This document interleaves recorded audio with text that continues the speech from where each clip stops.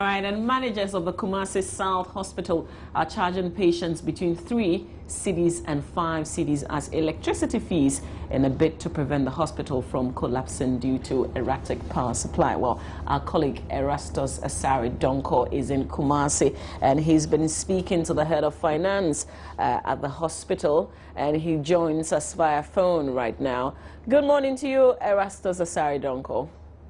Good morning to you as well. I hope that you're well today. God's grace. All right. So I understand you've been speaking to the head of finance at this particular hospital, the Kumasi South Hospital. How has he been justifying this extra electricity fee that people are having to pay? Well, Richard Apia is enumerating the cost incurred by the hospital over the last 1 year. And if I take you through the cost, they owe the ECG 308,629 Ghana cedis. They spend 20,000 Ghana cedis monthly on electricity. They also spend an additional average of 30,000 Ghana cedis on fueling 2 power generators. And so their only income is the NHIA claims. And this is in arrears of 4 months, totaling 1,125,414. So he's telling me that they are crippled, they are in crisis. If they allow this to go on, then they will have to tell patients to go to other health facilities because they cannot provide health care for them in the era of Tunso. But they decided that, okay, why not levy the patients, let everybody pay small to still keep the facility running. So, Erastus, is this a public or private hospital we're talking about? This is a government facility, and it's the second largest hospital in Kumasi, next to Konfanoti. So it's a regional hospital we are talking about. Are they not supposed to be getting some sort of subsidies, or are they responsible for the payment of their utility bills? Well, subsidies from government have not been coming in for a very, very long time. And like I said, the NHIA, which is their major source of income, aside those who come in cash and carry, is owing them 4 months arrears. So they are telling me that the internally generated funds are not coming in at all. So it makes sense that they are charging this 3-5 cedis, but who is complaining?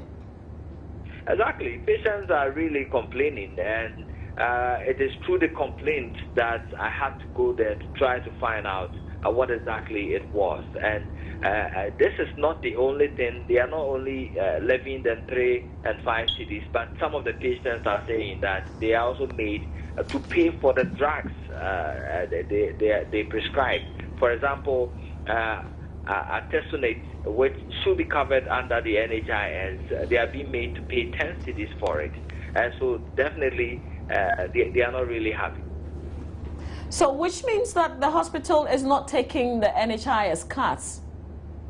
They are taking the cuts. In some instances, they are looking at treating the patients all right under the health insurance, but they make patients pay for certain drugs. And in certain cases, they consider the patients who come in. Mind you, this is a hospital that serves more than 10 communities around the Tunsuagugu area, several communities on that list. And so they look at the kind of patient who is coming in. If your ability to pay is there, then they will allow you to pay. That is what is happening. Do you know if any other hospital is also charging for electricity? Yesterday, I tried some government facilities. The situation was different. This morning, I'm continuing my search and to find out whether other facilities are also charging things. Any sort of research, or have you tried to call up the health directors in the Ashanti region, to do like a cross-check? It's a developing story. So from today, we'll be getting feedback from the regional director of health. But I spoke with the management of the hospital at length And this is the explanation given that it was a management decision because they are running the hospital and they felt at the point that the hospital is collapsing.